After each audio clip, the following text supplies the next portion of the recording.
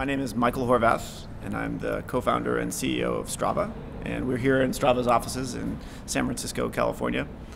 And when we started thinking about what we could do that would be meaningful for the world, we went back to some problems we had as thinking about our lives, and it was around motivation to be fit, to stay fit. We were athletes in college.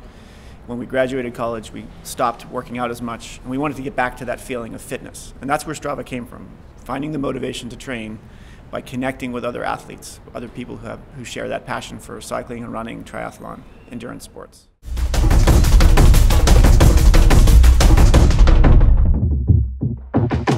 It's connecting with other people who share your passion for the sport so that you can make your own performances more meaningful, share, compare, and compete with them using Strava.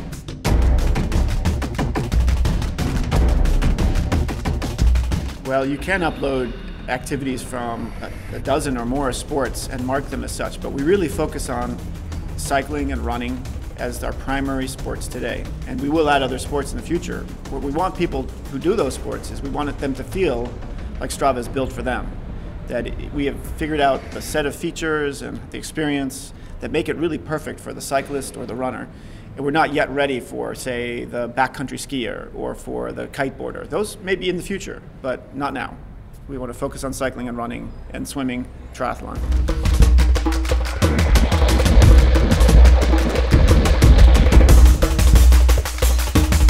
Right now, we want to focus on people who are really passionate about cycling and running. It doesn't mean they're the fastest or that they're the best, it's just that they love it the most, right? This is an important part of their life. We believe keep that as our target audience. And we believe they provide that inspiration for others who yet haven't realized, maybe they haven't yet figured out that they want to be a cyclist or a runner. And they see this group on Strava and they're motivated by them. So that's who we think about as our core customer, our core user, is the most passionate cyclists and runners out there.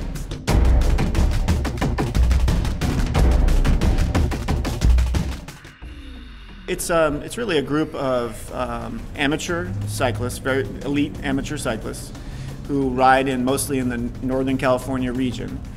This is where we launched, and we felt it was important to find a group of people who represented Strava in that they were really passionate about, in this case, cycling, and they were out there riding a lot, and we felt it would be a good approach to reaching a broader audience, that they represent Strava well. We have other ways to do that with an ambassador program. Instead of finding more and more teams in other places, we look for instead is ambassadors in other cities around the world, and we give them the Strava gear, like a cycling kit or a running t-shirt, and we give them the ability to tell their friends about Strava and help them get on board and come on. And that helps us grow in other cities where we're not yet as big. I think the 2014 is really going to be about international growth and about growing the run feature set and the run audience. I think we know that in cycling, that's where we launched first with cycling, and we added run about 2 years later. So we still have a ways to go on run, and we're really excited about what we can offer the runner. So those are the near-term objectives. I mean, every startup faces a lot of small challenges that if you don't navigate them well will turn into big challenges. So one choice is one challenge we face is do we go into many sports at once, try to be Strava for everything, or do we stay focused on one sport like cycling until we really have that figured out and then move to the next sport like running and figure that one out. So we chose that path, is to be very deep into the sports that we choose to do and not be everything for everybody.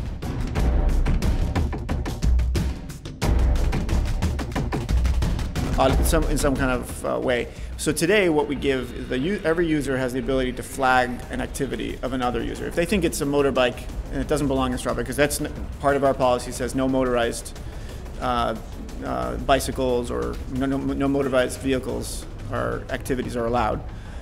They can flag that activity, and then it's kind of removed. It's put into a holding pen until we can figure out, is that really a legitimate bicycle ride or not.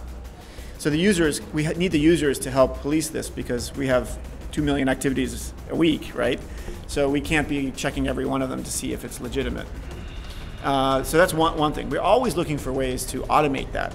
So when we process data, we're looking for things that look like this couldn't be human-powered traffic activities. And so over time, we think we can also get smarter in helping remove some of these. But for now, we're hopefully people see the tool that lets them flag the activity themselves, and that can help police or keep things clean on Strava.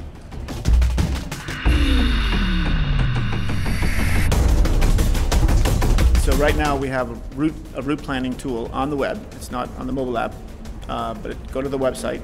It's available to all users, free and premium. And it does something very interesting. It uses the activities that have already been uploaded by other users to help find the route. If you say, I'm looking for a route that goes around this route, maybe from here to that city and back, it uses Strava data to show the best route. So that's like saying we know the ground truth of where everyone is riding and running, and we can help you when you're trying to choose the route, use that information to pick the right route for your ride or run.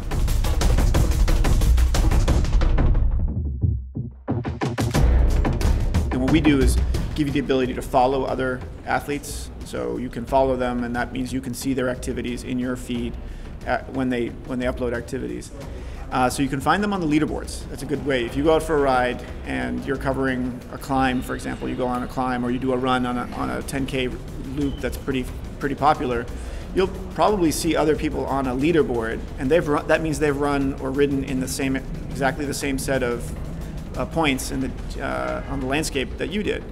And so that's a starting point for you discovering, okay, you can click in and see their profile, and that allows you to compare yourself to them to see maybe how often you ride or run, or how many miles per week you're riding or running, or how even things like sort of what races you've done and what your fastest times are. We have a PR, personal record, PR section in your profile. So you can get some sense of how is this person, are we well matched? And then you can follow them, and you can even start communicating with them using Strava, so commenting on their activities. And we've heard stories of people meeting other training partners that way, and really that's a way that they can get to know people in a new area where they move, or if they're just getting into the sport, they can build a community in the real world by using Strava.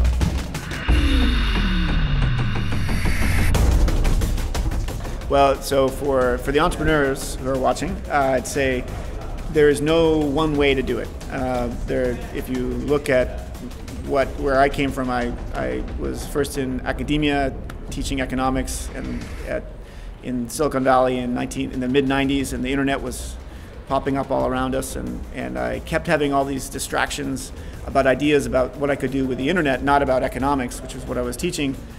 And so nobody said that I should be successful, but I thought I'd give it a try, and I did it a very unorthodox way, but it worked, right? So there's never one recipe for everything. And if you start by thinking hard about the opportunity and thinking hard about what you could bring to the world if you followed that path, usually you find your way to something really good. And so it's that process of thinking things through and not being afraid to do it, even if you don't have all the skills and have everything, all the money and all the backing and support. You find the way with a good idea, with persisting. For the people using Strava out there, I want to say thank you. We're having a lot of fun building this company. It's a real pleasure to deliver something like Strava to the world and hear all the great stories about how people use it and how meaningful it is to their lives. And so you're the reason we exist, and I thank every one of you for using Strava.